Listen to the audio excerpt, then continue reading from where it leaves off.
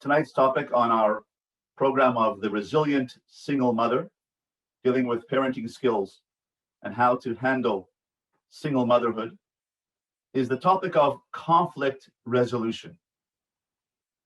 When I lived in London, England, I served as the rabbi of the new West End Synagogue in downtown London. And every morning, I would have to drive my children from downtown London, 30 minutes from W2, the West End, to Golders Green to catch two different buses, the boys' bus and the girls' bus, to Beis Yaakov and to Torah Tamima, to go and catch their buses to go to school.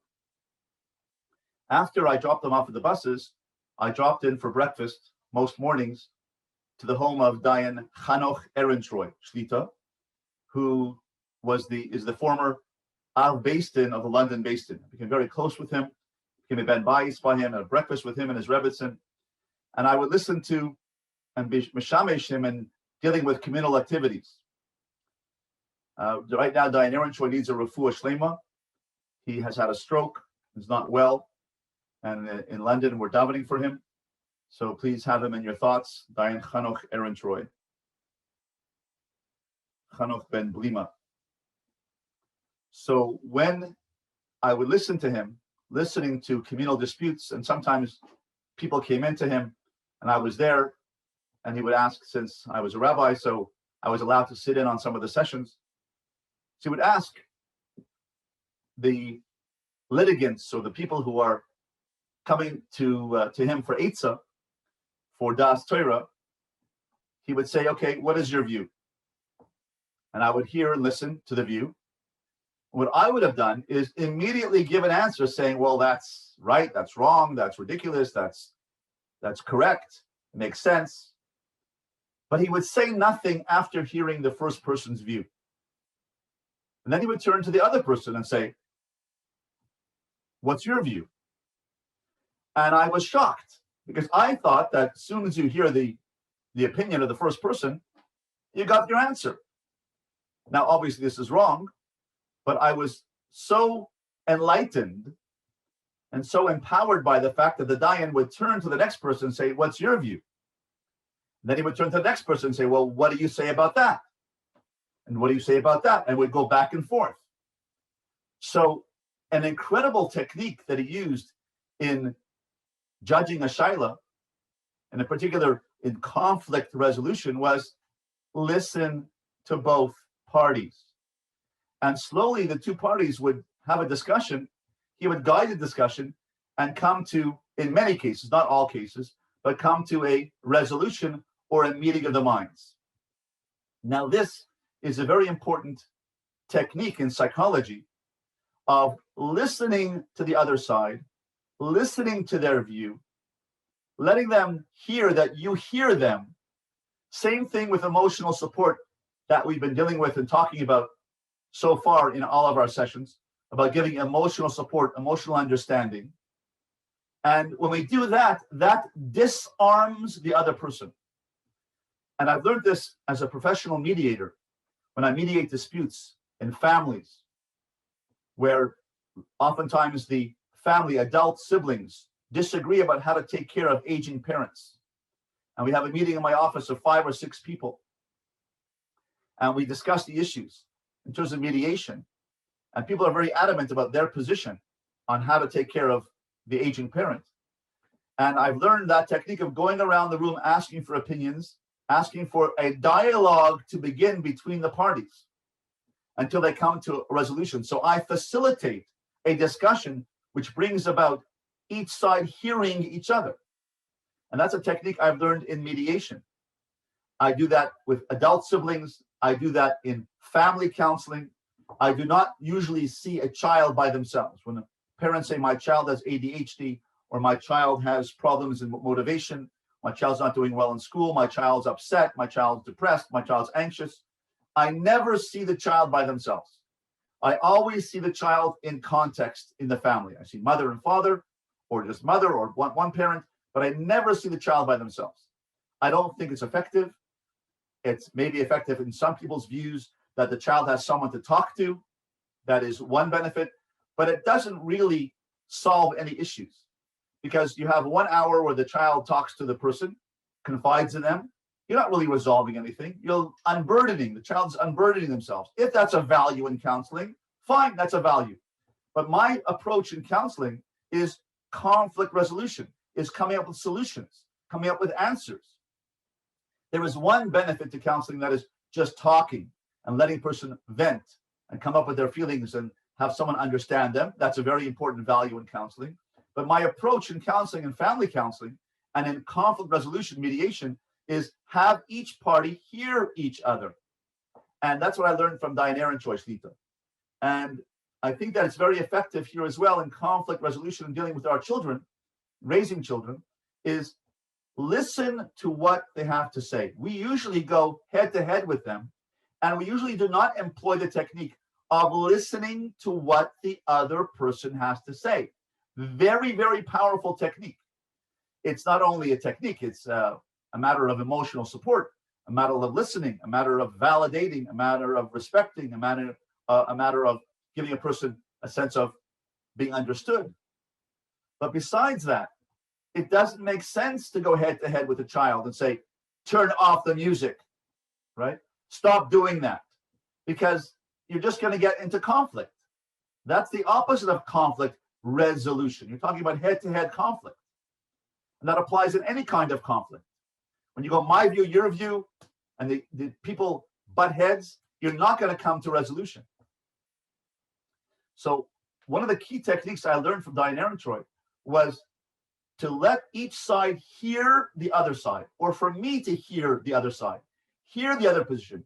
As soon as the other person is heard, then they relax and they go, ah, I got it off my chest. Now I can hear what you have to say. But if you're going head to head and you're not hearing the other person's position, the other person is going to be tense, angry, negative, combative. But as long as you hear the other person, let them speak, let them vent, let them express, and say, that's an interesting approach. Oh, you hear me? You understand me? Then and only then is the person able to hear what you have to say. So I'm going to give you an example in this wonderful book, and there's a series of 5 books, which I urge you to get, called How to Talk So Children Will Listen. It's called How to Talk So Little Kids Will Listen by Faber and Maislish. And it's from Joanna Faber, the daughter of Adele Faber, and another woman named Julie King.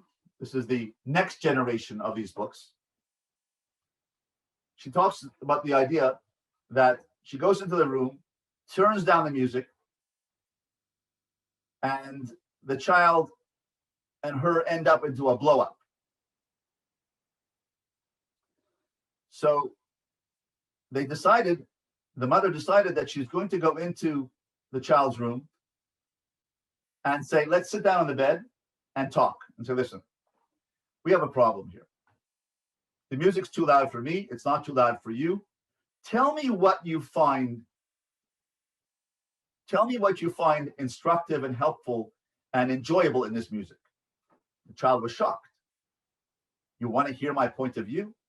Well, I like the lyrics. I like the beat. I like the energy in the music. Oh, I see. Why don't you like it, Mom? Well, because it's too loud. It's too noisy. I don't understand the music. Well, let's come up with some solutions. Solutions? The solution was, I play the music and you listen to it, Mom, and you bear with it. Well, that's your solution. My solution is, don't play the music. Well, that's butting heads. Let's see whether we can come up with some common ground. Let's see if we can solve this conflict. Let's write down a list of things which are possibilities of how we can solve this problem. So they wrote down a list. They said, okay, Mom wears earplugs. Okay. Child wears earphones, headphones. Possible. Let's get a rug to absorb the sound. Possible. Let's put insulation in the walls to make it a soundproof room. Okay, possible. Let's try to tone down the music a bit. Possible. Let's let mom tolerate some of the music. Possible. So they went through the solutions and they said, well, soundproofing the room, too expensive. Headphones for the child, that's too loud in the music, and it's not the same kind of resonance in the room when you just hear it in your ears. Earplugs for mom? No. What they came up with the solution was, we'll put a rug in and we'll tone down the music a bit. And they sat down and they were sort of trying to come up with a solution. And then the mother said, let me listen. Let's hear it now. And the child said, well, that's all I wanted from you in the first place, Mom. I just wanted you to come in and share this music with me and spend some time with me. Oh. And the mother listened to the music and said, I can see how you would like this music. And I can see how these lyrics, which I don't agree with, are angry lyrics, perhaps expressing you're angry. What are you angry about? And they went into discussion about how the child feels angry with his friends, doesn't like school, doesn't like the teachers, is not really valued in the family. What the child really wanted in this conflict was to spend time with the mother. And they came down to the underlying reading between the lines. They found out that the child wanted to be heard. Not the music should be heard, that perhaps the music was so loud, saying that I am being drowned out. The child was saying that my voice is being drowned out. And if you come to the terminology called emet le'amitoi, which means reading between the lines, it wasn't about the music, it wasn't about the loudness, it wasn't about the combat, it was about that my voice is being drowned out. And I want to be heard, I want to be validated. And because of the attempt at problem solving, the mother and child were able to come up with a solution to understand what is the child really feeling.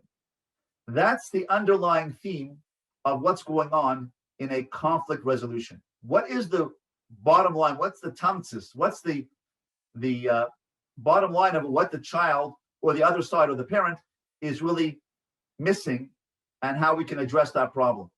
By dialogue, by listening to the other side, you can come to conflict resolution. But by going head to head and saying, turn it off, stop doing that, stop jumping on the bed, that is not going to solve the conflict. So let's go into a couple of scenarios now of role playing. And I'm going to ask our participants to follow the role play with us and to play out the role play and see if we can come up with some practical ideas of how parents and children can come up with a plan of conflict resolution. We're going to share with you today 3 scenarios. The first one is a mother and small child, a 5-year-old, 4-year-old child. The second scenario is a mother and a teenager in a messy room. The third scenario is going to be a problem which is going to require professional help. Bad girl, how many times have I told you not to draw on the furniture? You're going to your room and no dessert for you tonight. Leah says? I don't care. Right. So we often hear that. Okay, I'm going to give you a consequence. And we said that we're not going to call it punishments. Last week we said we're not going to do punishments. We're going to give consequences. And whether they're natural consequences or logical consequences. So it doesn't really work, right? Because in this case, the child says, I don't care. I don't care. You're going to give me a consequence? I don't care. Really, what they're saying is, I do care. But that's going head to head, not solving the problem. So how do we move on from there and solve this problem? There are a few techniques this book gives. Number 1, express your feelings strongly. Go ahead. I'm upset. I don't like what I see. This needs a good scrubbing.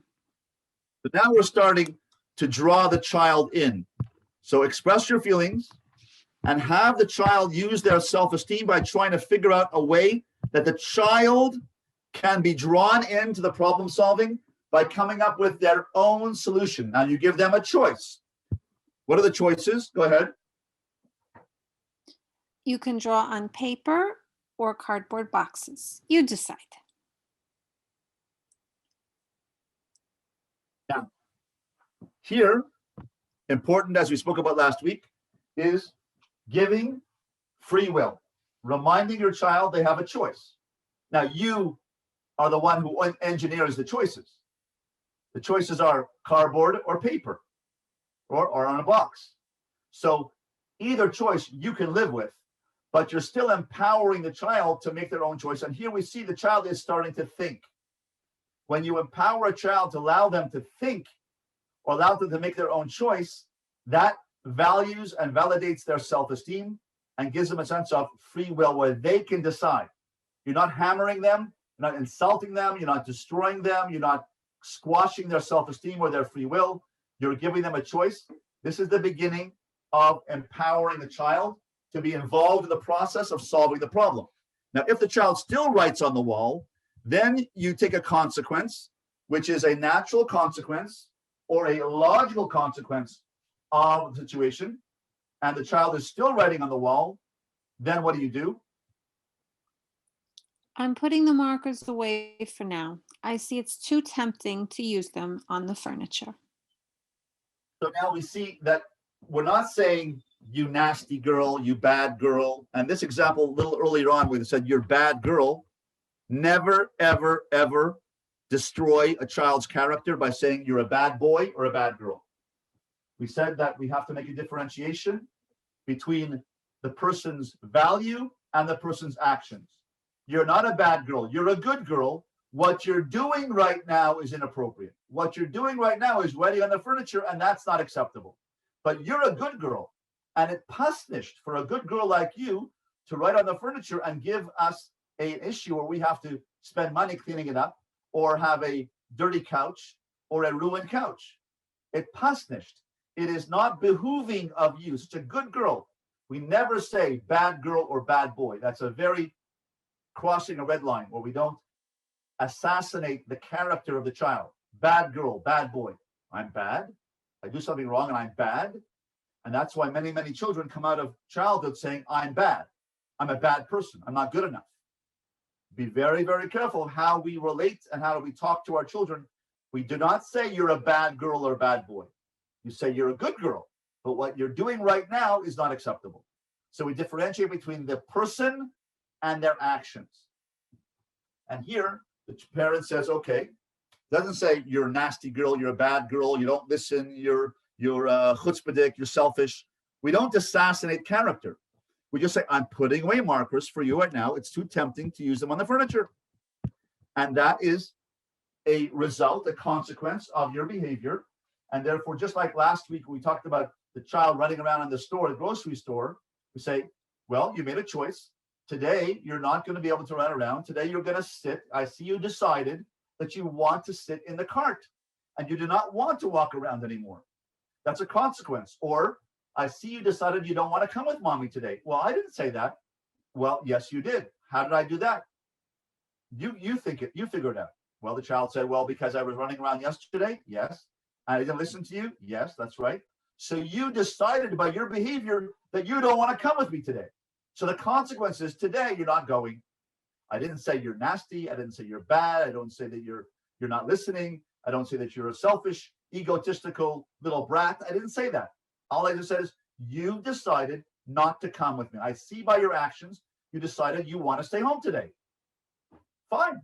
So I leave it as a logical consequence of your behavior, and the child experiences the consequences of their behavior.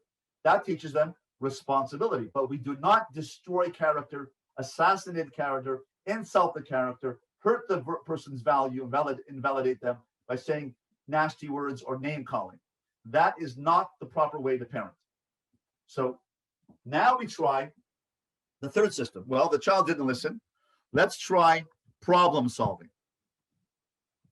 Go ahead, Leah. Rachel. You really like to draw in a lot of places. And Here the the mother problem is is, I acknowledging. don't like marks on the furniture. Right. So let's do that again. You really like to draw in a lot of places. The problem is, I don't like marks on the furniture. So the mother is acknowledging the child's creativity. You like to draw. That's really nice. Thing is, it doesn't work for me because you're marking on the furniture. So now let's draw the child in to resolve the conflict. Go ahead. We need ideas for what you can draw on. Let's see how many we can think of.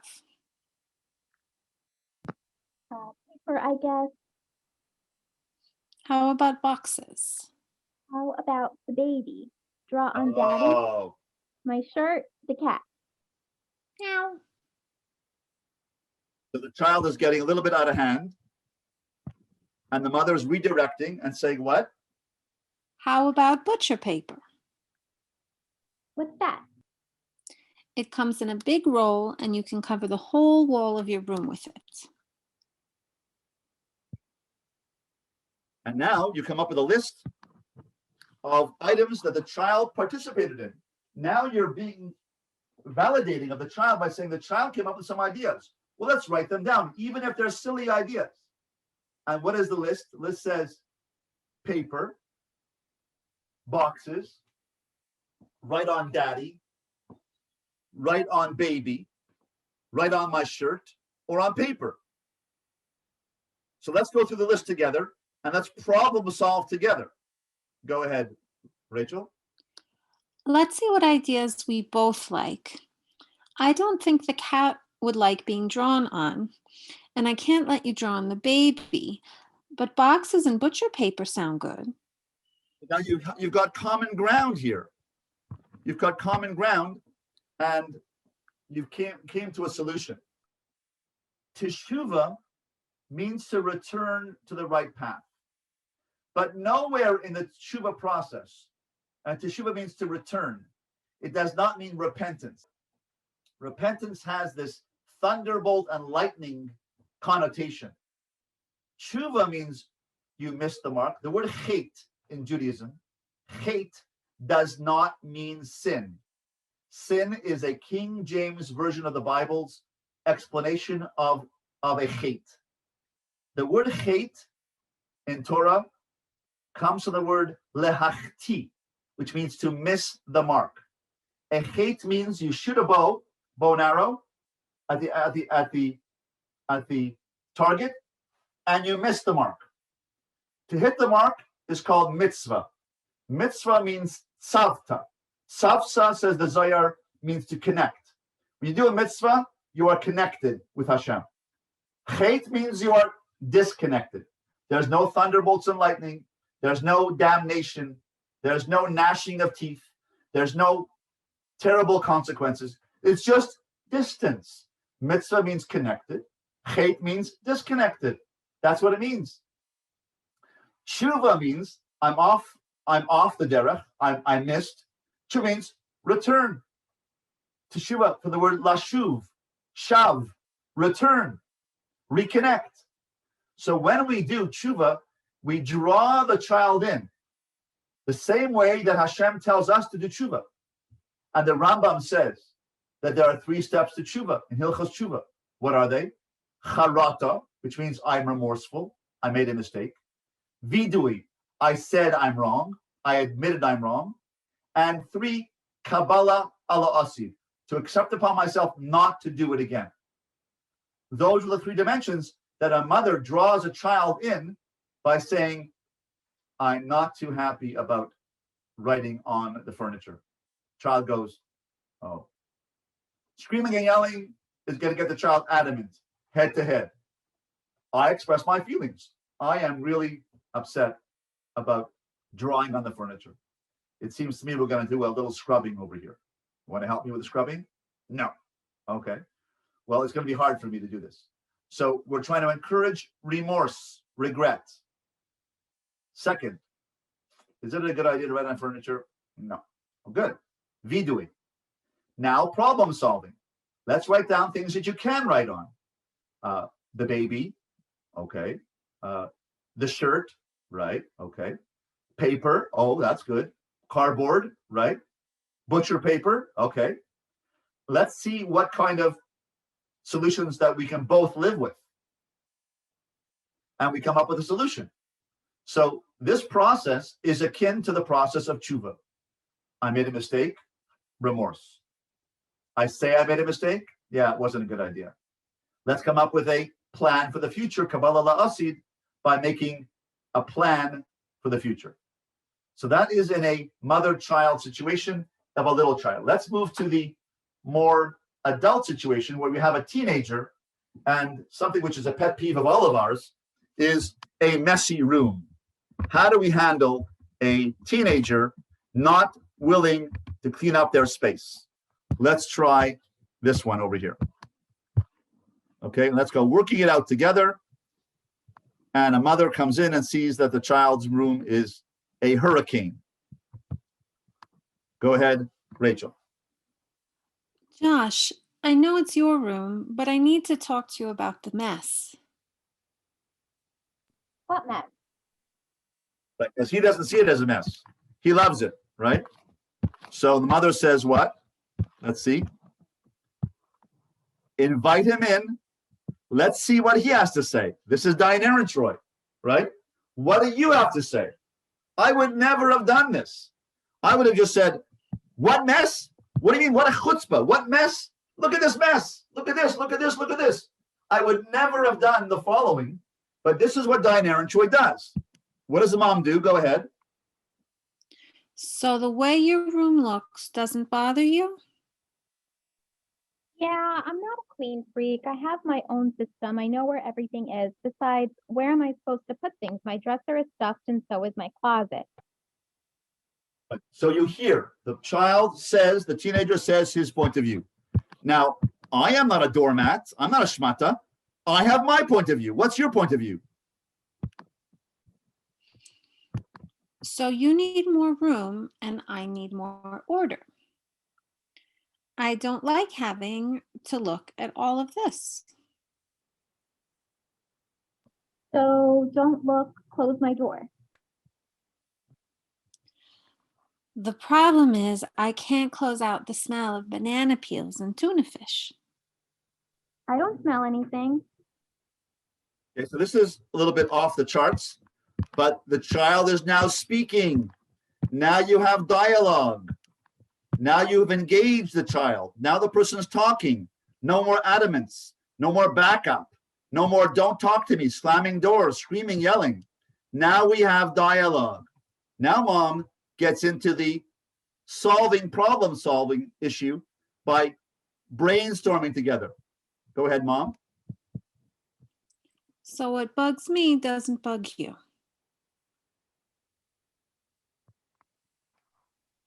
There's got to be a solution that will work for both of us. Like what? Who knows? We need to put our heads together and explore possibilities. There's no telling what new ideas we can come up with. Now the mother is moving closer. These little photos, little sketches are very, very important, very telling, because the mother's getting physically closer and is sort of bonding more emotionally. Now we come up with ideas. Hold your nose when you pass my room. Okay, thanks. Let me have my own refrigerator. Oh, maybe. Keep fruit out of your bedroom. That's a good one. Put up more shelves for all my stuff. Okay, that's an interesting idea. Check the thrift shop for a used bookcase. Okay. Make more room by giving away anything you don't use anymore. Okay. Let me put my hockey gear in your closet. Okay. What do mom and son say about those things? Review the list. Decide which ideas you can both agree to and put them into action. Mom says, I don't want to have to hold my nose every time I pass your room. So I'll throw my smelly stuff in the garbage. That would be a big help. It would help me to have more room, like in your closet. Not my closet, but if we put up new shelves and clear out whatever you don't use anymore, that should give you a lot more room. Okay, but can I still have the bookcase? We can look for one this weekend if you think you'll need it. I'll need it. and now the child and mother are really problem solving, working it out, and coming up with solutions that work for both of them. But here you're collaborating. And conflict resolution is the theme is collaboration. And instead of litigation, which is the old way of doing things in terms of advocacy, two sides fighting with each other with two lawyers, the new methodology, which in the past 20, 25 years, has been mediation.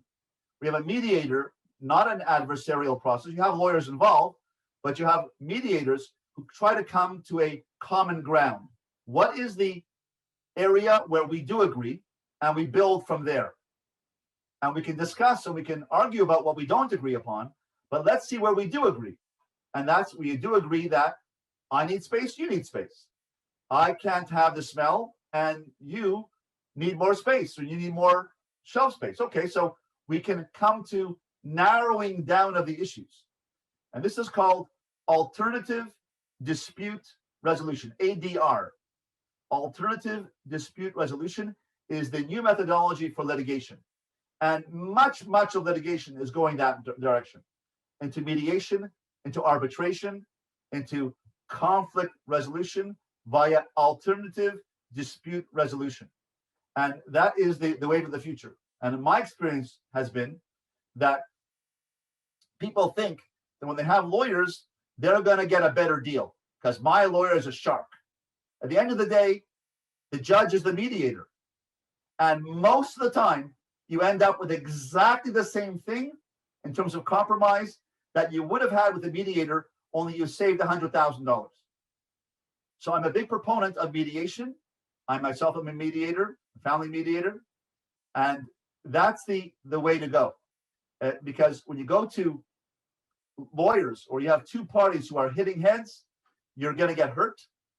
Both parties are going to get hurt. No one's going to get what they want. And you're going to end up with a compromise anyway, because the person who's in the middle is the judge who comes up with a resolution. And that resolution is a mediated compromise, which you would have had you mediated in the first place, only you would have saved $100,000 or more.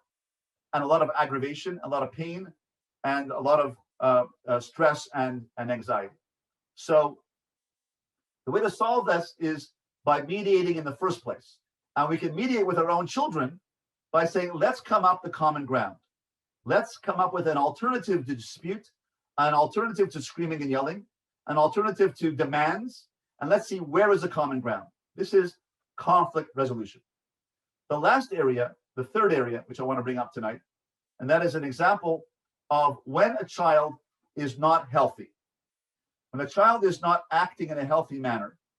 For example, and this happens, unfortunately, in my practice, I see a lot of clients who have eating disorders. And let's say a child isn't eating. Let's say a child isn't eating properly and they're losing weight. And they may be saying, well, I'm overstressed because of exams. No. You're losing 10 pounds, 20 pounds, 15 pounds. Your stuff isn't fitting you anymore. It's dragging on you.